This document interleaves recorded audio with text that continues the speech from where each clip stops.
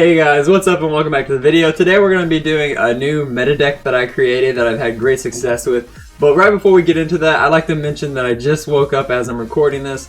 I'm a little bit tired, but I hope you can excuse that. And the other thing is, I'm going to take a couple seconds here to answer a question. So something I've been getting a lot is people asking how old I am and asking how tall I am. I actually had someone who said I looked really young, and I guess maybe that's the webcam. And then and he said I also look short, but I'm 6'3", and I'll provide some pictures there so you guys can judge for yourself. But yeah, I am pretty young. I mean, I'm only 19, but I'm not super young. I don't know if it's the webcam or if I just have a young face. I'll probably be happy for that later in my life. But yeah, anyway, I just think it's interesting, so I figured I'd address it. Let's get right into the replays here. I'm going to be showing a giant lightning bowler. And I actually have quadruple spells, but the reason... Okay, so I'll just get into the video real quick. So what do we want to show? Oh yeah, let's show the minor rocket first. So something that is really interesting with this deck is it's good against spell bait because you have 4 spells to counter it if you play correctly, and I'll show a match where I explain how to play that matchup and how to beat the very popular spell bait deck. But the reason it's possible to run 4 spells is unless you start with a hand of 4 spells, in which case you just wait for them to play and then spell whatever they throw out, or just throw down log because it's only 2 elixir. All 4 of your troops can be started from the back, and that makes up for the fact that you have so many spells. So in this replay, you'll see me start with the giant from the back, and then even though the first push isn't a success, I know at this point what his defenses are and what spells I need available, and actually it actually is a success because the bowler does so much damage. And something that I really like is taking arrows and every other spell I take, because arrows are so good against the minions, and minions are really huge right now. And I'll have some more decks in the future that'll be using arrows that I'll show you guys, but this deck has just been so... this deck is kind of like I created it, and it's my personal favorite for like a long time because I was one of the first giant lightning users in the poison meta, and I've just used it ever since. Oh, and something you always want to keep in mind, if you're ever against a miner, a hog, or a goblin barrel, they can all activate the king tower very easily. So so for goblin barrel and miner, you just put the tornado one tile away from the tower. Obviously you can't put it on top of the tower, and then it'll pull them into it. And for hog, on whatever side the hog is coming from, you do 1 tile on that side and then 2 tiles up. So kind of like where I just placed that bowler, except 1 tile further up, and then it'll pull the hog into the king's tower if there isn't an ice golem or like a mini tank in front of it. You always want it to be by itself. Like, it's okay if there's like skeletons or ice spirit behind it from the pig push, but you have to because even if they pig push you can do it, but they have to you have to make sure when you do it that there isn't anything in front, because otherwise it won't get pulled. So right here you just see me, yep, tornado, beautiful. Like, so arrows and right there, if I had to use arrows or I had to use the log, it wouldn't have worked because he stacked those 2 units. Of course, if I had fireball, that would have been nice too. But tornado just did the job there. Like, tornado is very good, and lightning is very good late in the game for finishing towers off and for just getting in damage.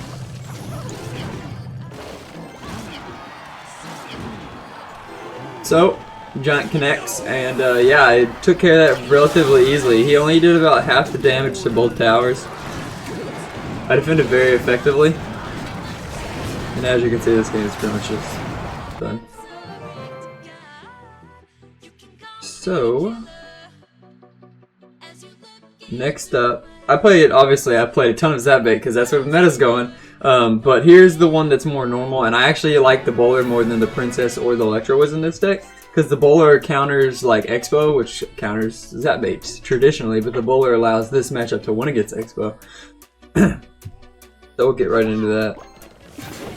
So what you want to do here is similar to what other good players have told people, like Marcel in his video. You want to make sure that when you're playing against Zap Bait, that early in the game, right here I didn't do it, but generally against Zap Bait, and then arrows are also very good against Minion Horde.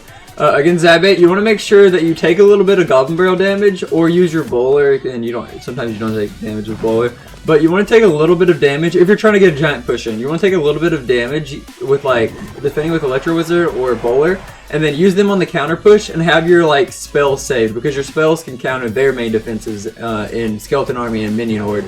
Otherwise, alternatively, in the thing that I usually do late in the game, especially if I've already gotten damage in with the giant push, you just stop using giants, you just lightning their furnace every time they play, or lightning their big troop like bowler that they play.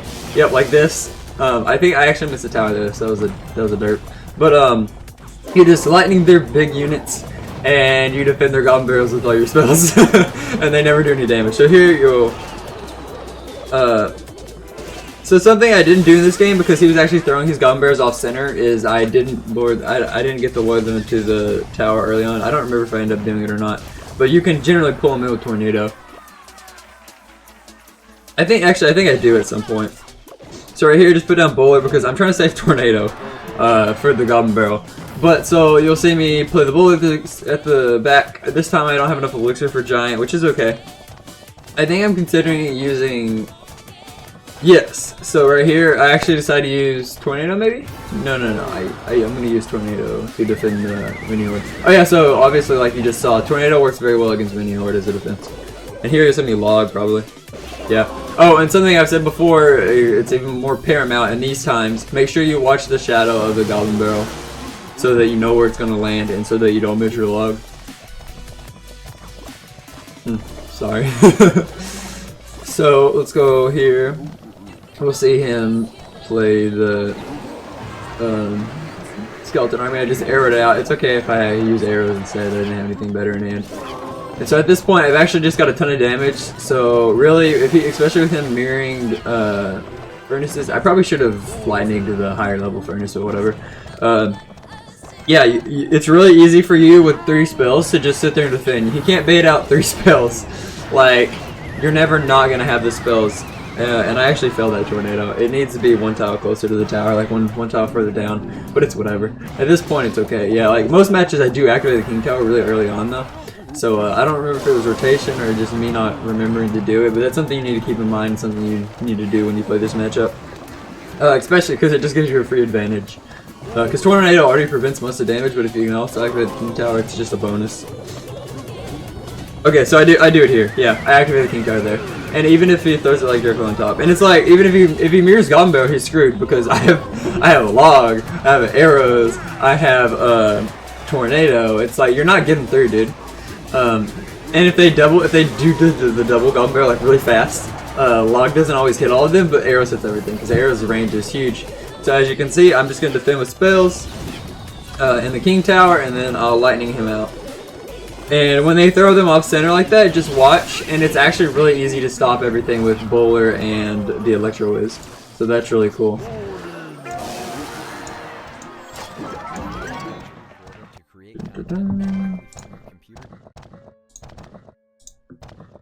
So let's get into the next match. Okay, so I actually did lose this match. I had a bunch of spectators. I think this is like a really good ladder player or something. Or a popular player.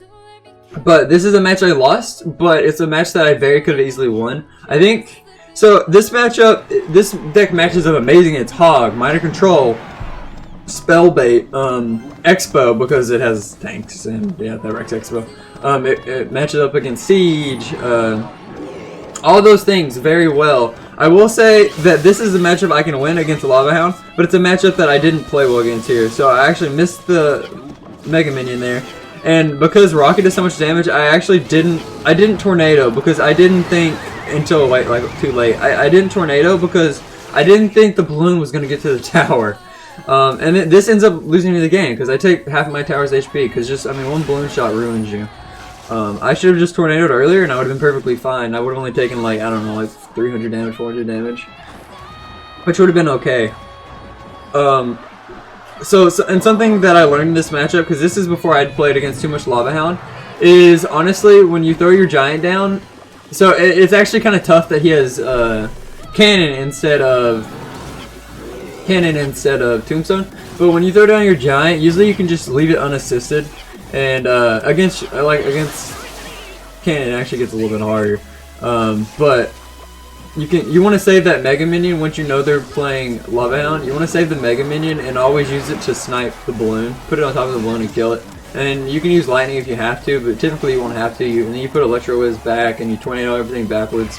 It's definitely a tougher matchup, but it's one that you can win. And oh, just like as a warning, this deck can be hard because you have to know how to use lightning and tornado, and they're both unforgiving spells if you mess them up. But it's a deck that you can definitely win with. I mean, obviously, I won 2 grand challenges with it, and I beat a bunch of really good players with it, and Backstab, Naruto, Marcus, and Chadden when we practice and stuff. So it's very good. I have other decks I'm going to use this meta, but this is a very good one. Actually, and I feel like it doesn't have many weaknesses. So here he puts in that big push. Since I've already taken so much damage, I actually decide to just let it go. I kind of have to make some risky decision like that at this point. And so see, my push is actually really solid here. I get in. He's defending pretty well. I use Tornado to keep the balloon from 3 crowning me. I get in pretty decently here, get a few giant hits off. It didn't help that I was just behind the Elixir a ton. So I took care of his balloon, but I mean at this point it's just like that early mistake just cost me too much, I think. But you can see here I can get some pushes in. He missed Fireball. But I was ready for that cannon. I lightning here. And this made me sad. Look how close this is. Feels bad, man. I was 250 damage off, and I took like 1200 at the start of the game. The game would have been reset at that point, and my deck is actually... His deck is pretty good at double elixir too, but... I'd say Lava Hound can be tough, but I think it's a winnable matchup. And then I'll show one final replay against the... RG is actually becoming meta again because Elite Barbs are out of the meta. I'll show myself how you deal with a Royal Giant. Tornado gets a lot of use because Tornado can deny Royal Giant a bunch of hits because you just pull it backwards. So I'll show that when we fast forward this real quick. So he plays down Furnace. I decide to rush instead of playing. You can alternatively play Buller at the back. I decide to rush here. I get a pretty good lightning. I get his Royal Giant. I think I was trying to hit Musketeer actually, but he played Royal Giant right as I played it. So I don't know if those. Nah, I think those are still pretty good arrows because watch once the Musketeer crosses the bridge, I can log her and I won't take any damage. So yeah, that was a good decision by me. And look, right off the bat, I did so much damage. Like that was such a solid push. So lightning's like really solid right now. Because so Electro Whiz, Musketeer, Furnace, Inferno Tower are all meta right now. So you get so many lightning values. So that's why I predicted that lightning would come back into the meta. Some other things, I actually still use Mega Minion just because it pairs really well with Giant. Bowler's really good in the meta. Log obviously, arrows are good again, lightning really good like I just said. Electro Whiz is amazing. I think he should be used instead of Musketeer because he's so good. And some decks should use both Musketeer and lightning. I mean and Electro Whiz and Musketeer because they're so good. I really like both of those cards right now in this current meta. So what else? As far as Elite Barbs, I think they're going to be shoved out of the meta. I think they can still... So, some decks won't have to account for them anymore. And since they don't have to... Since those decks don't have to account for them anymore, you'll have decks that don't have... Like, so, for example, in the Lava Hound deck, they used to take Tombstone and... They used to take Tombstone and Skeleton Army, and for instance, that guy I played earlier, he used Cannon instead of Tombstone. He would get wrecked by Elite Barbs, because they would just zap the Skeleton Army and they would be through to the tower. But, it's something you don't really have to count for anymore, because people don't take it anymore. So, that's really interesting. So, you could actually see some Elite Barb decks, after the meta settles, coming back into play, just as, like, punishers, as well as defensive tools. But, that's kind of interesting. But yeah, they're out of the meta now. I don't think Mega Minion won't be used as much. Minions will be used more often. That's why arrows are becoming good again, along with the fact that Minion Horde is used in the main spell bait deck. What else? I think Tornado's actually coming back as well. Or, not coming back, it was never really a thing. Anyway, so let's watch this match. He actually did a little bit more damage than I would have liked to let him. But right here I won the game, because look how solid Tornado was. The Royal Giant just didn't get through. And I finished the game off there. It was a little bit closer than it should have been. I took too much damage on one push, but that's okay. I can't do a live battle today. I'll have a live battle next match or next video. And yeah, unfortunately I can't do a live battle this video for reasons that I guess I don't know if I can reveal them just yet. It's because I have some matches coming up and I don't want to post this deck right before I play it. In the future, it doesn't matter. People already know I play this, but for today, I'm not going to post this video. I mean, it'll be like 1 more hour for you guys from when I actually have made this. But I hope you guys enjoyed. I'll catch you next video. Have a good day, everyone.